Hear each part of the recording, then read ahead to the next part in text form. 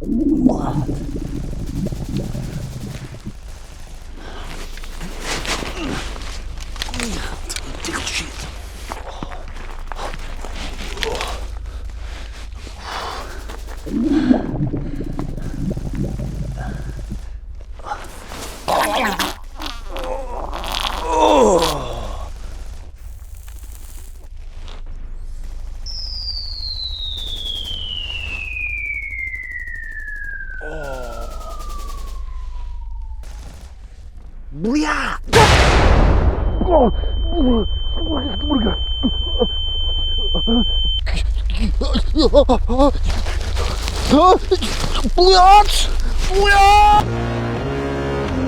Gentlemen, welcome back to the channel. I'm your host, the talking Baklava that enjoys baklava. Today we're going over a subject, and don't click away, because this may save your life. Gentlemen, I know you're on the toilet, I know you're watching this, drinking your coffee, consuming your beer, maybe you're eating some food, which is the highest honor you could give to a YouTube monkey such as myself. Make sure you do something very important if you haven't already. You gotta subscribe. You wanna stick around, watch some more crazy stuff, me run around in the flat range, be in a big old goblin mode, you gotta do it.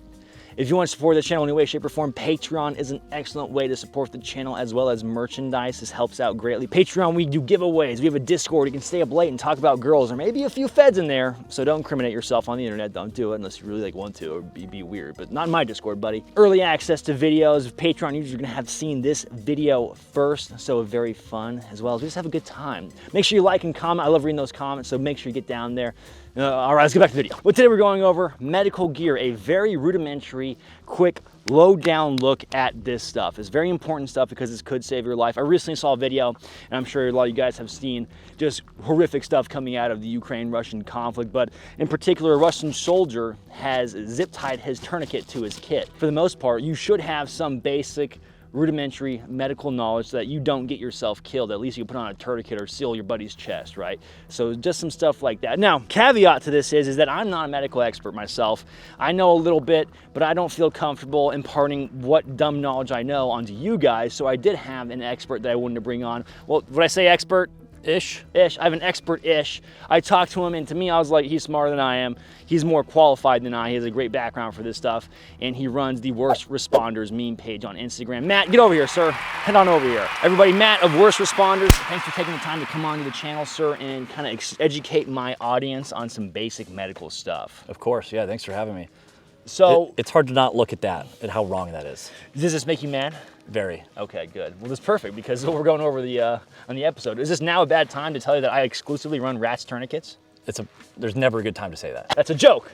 Mom, that's a joke. My mom would disown me, dude. So, gentlemen, we're gonna dive on in this episode, but before we go any further, we have to thank the sponsors of this video. Gentlemen, this video is sponsored by the Sonoran Desert Institute. Take your firearms learning and education to the next level with SDI. Become an accredited gunsmith, and maybe one day you can help me out with my crazy builds and projects in the future.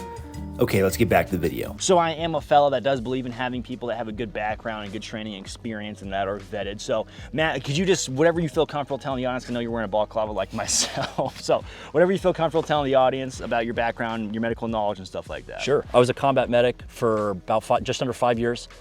Did 2.5 years in a line unit, did 2.5 years as an AIT instructor, taught TC3 and IFAK courses on the civilian side.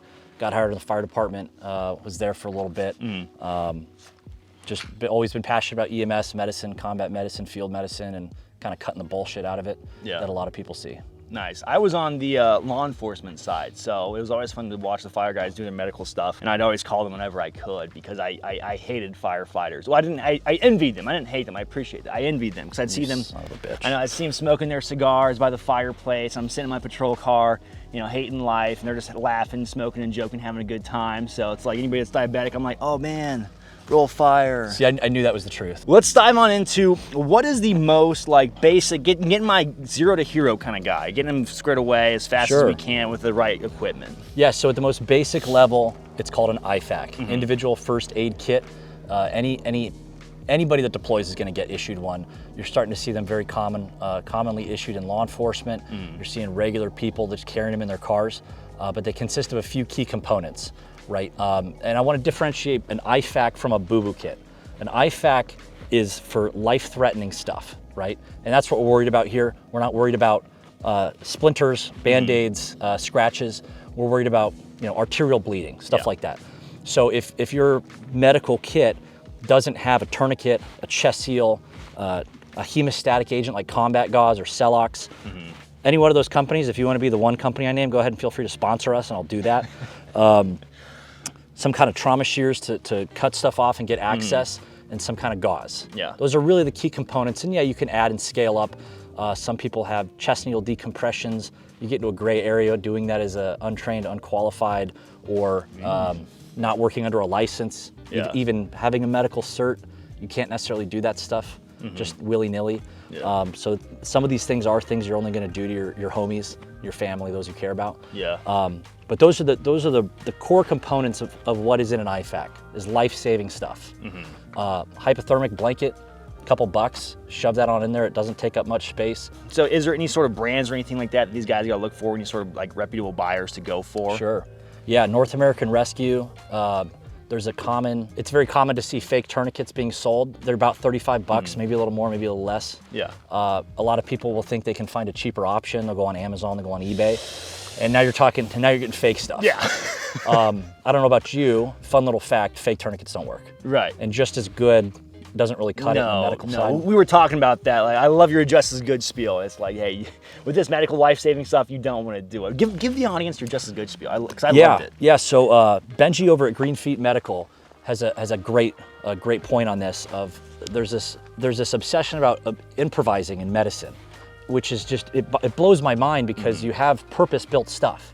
You have purpose-built tourniquets, purpose-built chest seals. The thought of taking a rag and a stick of wood to make a tourniquet when you could just buy one that is designed, intended, and proven to do that for so cheap just blows my mind. Makes me very angry. It's very fun to see, like, get a glimpse into the medical world of guys, because it's like Matt's like a hybrid of both guys. Like, he's got the tactical side of things and he's got the medical side of things. So it's always fun to see someone that has like this insight into, like, because to me it's like the medical world, I don't venture into it. I'm a big dum-dum, right? He was talking about peptides and all, like, what, cell walls on the way over here, and I realized, I was like, oh no, I'm kind of retarded. We're all kind of retarded. So I was like, okay, I got the right guy for the job if he's dropping like medical knowledge like this. So very happy we got you out here for this. Now, so we got tourniquets. You covered knockoff tourniquets, essentially. What other tourniquets would you recommend? I know the soft tee is a big one. Yeah. I love the soft tee. Very nice tourniquet. Yeah, so I saw the soft tee. I said, wow. Cap tourniquet from North American Rescue. Soft tees, TK4Ls are good for smaller limbs, and we'll go over those and show you how to apply those very briefly. You can really go down rabbit holes on the medical side, even at the basic level. So we're just going to try to keep it as a brief overview. Rats tourniquets, do not use those. SWAT tees, do not use those. But there's a lot of companies out there that want to separate you from your money, and they're delivering inferior products under the just as good clause. Yeah. In some cases, even claiming that they're approved by entities that don't actually approve or disprove gear. Yeah. So stick with what works. North American Rescue makes great stuff. The Tactical Medic, great retailer. Green Feet Medical, great sources of information on how to actually use this stuff at a much deeper level than what we'll dive into today. This is stop bleeding, not scratches, not boo-boos. This is for squirting, spurting, spraying bright red blood. In the interest of keeping it basic, we're gonna put this as high and tight as possible, or 2 to 3 inches above the wound. Okay. If we can't tell where that wound's coming from, we're just gonna put it as high and tight as possible. If you want more details, or if you know I'm wrong, great, call me out. Go take an IFAK course, go take a Stop the Bleed course, they're free. But basically your tourniquet, right, pretty simple stuff. You're gonna put it as high and tight as possible. What's important here is getting this as tight as possible on that initial application, right? If you make it super loose, you're gonna be twisting and twisting and twisting. It's not gonna do its job. So the tighter you can get this initially, the better off you'll be. You're then gonna twist this guy. This is probably gonna hurt, but again, the 3 Ps of combat medicine is pain is the patient's problem. So we'll twist that till the bleeding stops. That was one twist. How's your arm feel? I can still use it. Okay. It's pretty much like, it's gotta be like, I can't use my arm, right? It's gonna be extremely painful. So you hook it in right there. This will be extremely painful for you. And then you can tape that up. You can secure it how you want. You don't want to cut this. That's essentially the tourniquet. You're gonna twist that until the bleeding stops. It's gonna be extremely painful. The most important part is getting it on as tight as you can initially before you start twisting. So I'm gonna talk about chest seals. Go ahead and try applying this on your own. Okay. Right, just remember high and tight, okay? Yeah, okay. Yes, sir. Okay, cool. So we're gonna talk about chest seals. The intention of a chest seal is just to cover up penetrating trauma to the torso, right? We don't want air going in.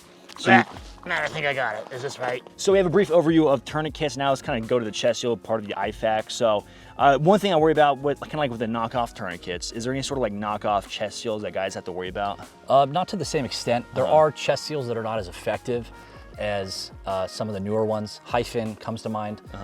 There's a couple others. If you want me to name you, go ahead and sponsor me. But yeah, North American Rescue makes great products. These are the Hyphen vents. Basically, as long as it's a reputable chest seal from a reputable company, you won't go wrong. What you want to avoid is a commonly found one called an Asherman, very old school design. The military issued those. And when I was going through AIT and when I was deployed, the way we used those is we would open it out of the package, take the Asherman, throw it into the desert, and use the packaging that it came in and duct tape. No way. Yeah. So the intention of a chest seal is basically any injury, penetrating trauma, anywhere that is plate carrier's covering, you want a chest seal. Okay. So we're just trying to prevent air from going in. And you can nerd out and people can say, oh, well, what about vented versus unvented, or how many sides do you tape down?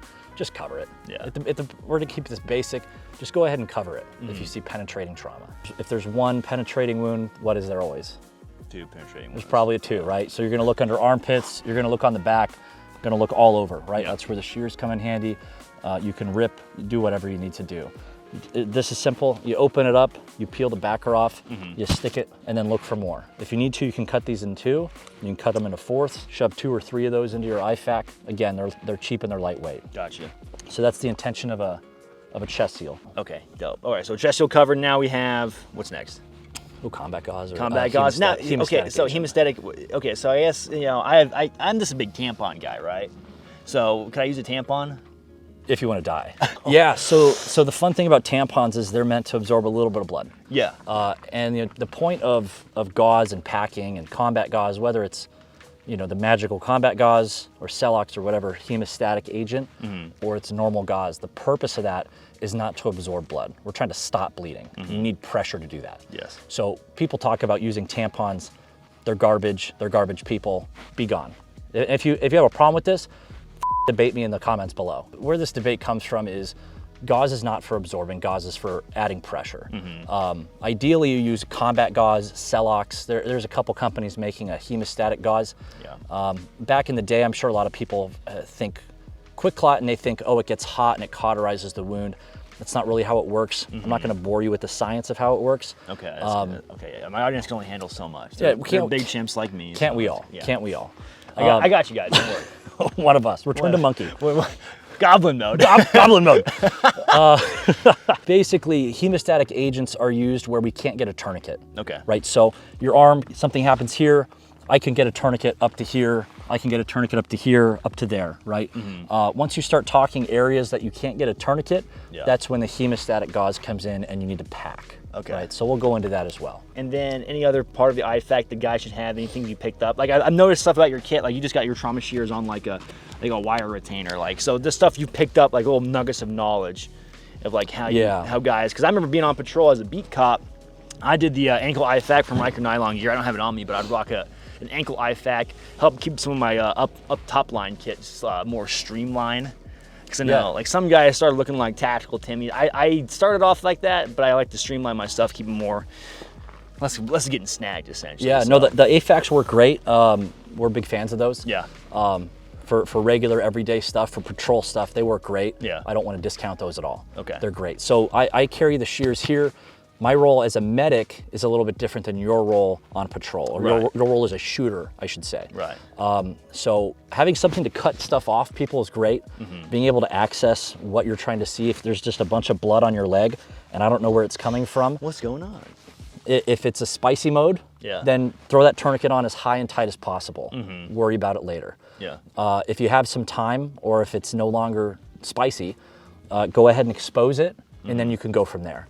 So just having the ability to remove clothes, make people trauma naked, that's what I carry the shears for, why I carry them there. It's just easy to tuck. I generally use them for opening MREs and snacks and gummy bears and stuff that I as you should. Big subscriber to the March algorithm, right? Okay. So that's massive hemorrhaging. priority 1. Okay. Airway, respirations, circulation, hypothermia, right? And that's March. Yep, March. Okay. So what will kill them next? Go in that order. That's pretty smart. So throwing a little hypothermia blanket in there, it's a couple bucks. Having something in there besides just the combat gauze, just some normal rolls of gauze works great. Gauze is cheap and you can never have enough of it. No medic has ever worked a trauma patient and said, man, I didn't need all this gauze. I didn't need all this tape. Something to cut with, something for hypothermia, extra gauze, some tape. Emergency trauma dressings or pressure dressings are great. You can do a lot of stuff with ACE wraps. It's not as vital for your immediate life-saving bleeding, stuff like that. But you can always supplement more stuff into an IFAK. Just don't turn it into a boo-boo kit. Right. So with the chest needle decompressions, it's kind of a sensitive topic for a lot of people. Right. If you're planning on being away, really far out there, away from help, immediate help, or even cell phone signal, I would say, A, get a sat phone, and B, seriously get some training on this stuff. I don't want to be the resource that you use of, oh, some guy wearing a ski mask taught me how to do this. Right. Optics, right? So this is generally a component of IFAKs. It requires training, it requires knowledge, and it is always changing. So, yeah, cool. ACE wrap, not sexy. You can do a lot with this. Basically, it just provides pressure. So how would you apply it? And what is this for? Just applying pressure. Gotcha. So maybe it doesn't necessarily need a tourniquet. Maybe it did, and you're just kind of maybe wanting to clean it up now. After you pack it, gauze it, whatever, you would use this, and you're just gonna wrap. Keep keep everything simple. pretty clean with pressure. Yep. Okay. So, I know ACE wraps are not sexy, compression wraps are not sexy, but you do see a lot of the guys messing this up, and it can cause issues. Yeah. So you don't want to let it come all the way out. You want to keep it nice and short. Yeah. You see how that's actually applying pressure? Yeah. Oh yeah. I feel Keep that. it nice and short. And you can do all sorts of stuff with these. Turn them into pressure dressings. They're cheap. You can never have enough of them. Yeah. You can do a lot of stuff with them. You can make splints. You can make slings out of them. ACE wrap. Gauze. This is just normal gauze. There's a million different companies that make it. I don't think there's anything that's fake gauze. That's good, I guess. It doesn't dissolve in the body. Yeah. Some of it might come Z-folded in a compressed pack. Some might be a big puffy roll. But throw a couple rolls of gauze in there. It can't hurt. You can never have too much gauze. Cool. So that's for wrapping, bandaging, packing, and then you would cover that with an ACE wrap. Awesome. And then all of that you would cover with tape. You can never have too much tape. Tape is cheap. Well, what now, real quick, just because we gotta get into the details, what kind of tape? Medical tape, duct tape, not Scotch tape, not electrical tape. No packing tape? No. Okay. Masking tape, no. Gotcha, perfect. No, not a winner right there. That makes sense. Well, my man, is there anything else that you want to cover with the audience while you got him here? Yeah, buy purpose-built stuff. Medicine suffers this huge thing of you can just improvise it the same way the firearms community, I think, has this a mindset of I'll figure it out, right? Yeah.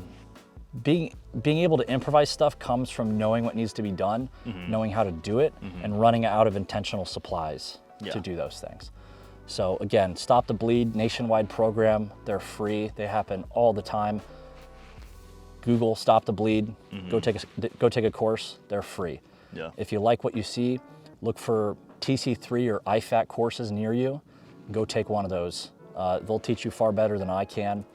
Green Feet Medical on Instagram has a great brief explainer videos about how to do this stuff, what's the best way to do it. It's all he's a PJ, and he does a great job of topic by topic breaking it down.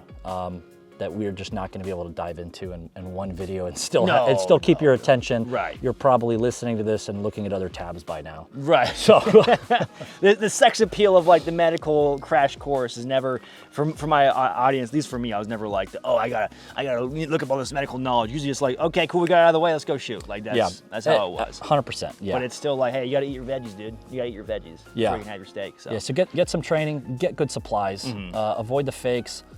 Don't buy tourniquets off of Amazon or eBay or wherever. Get them from North American Rescue, the Tactical Medic.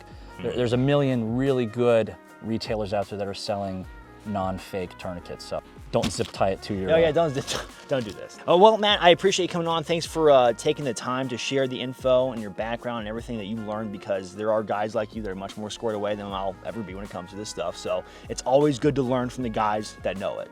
So this is very important stuff. So yeah, get training, like Matt said, do all this important stuff, stop the bleed. Is there anything you want to plug for your business-wise?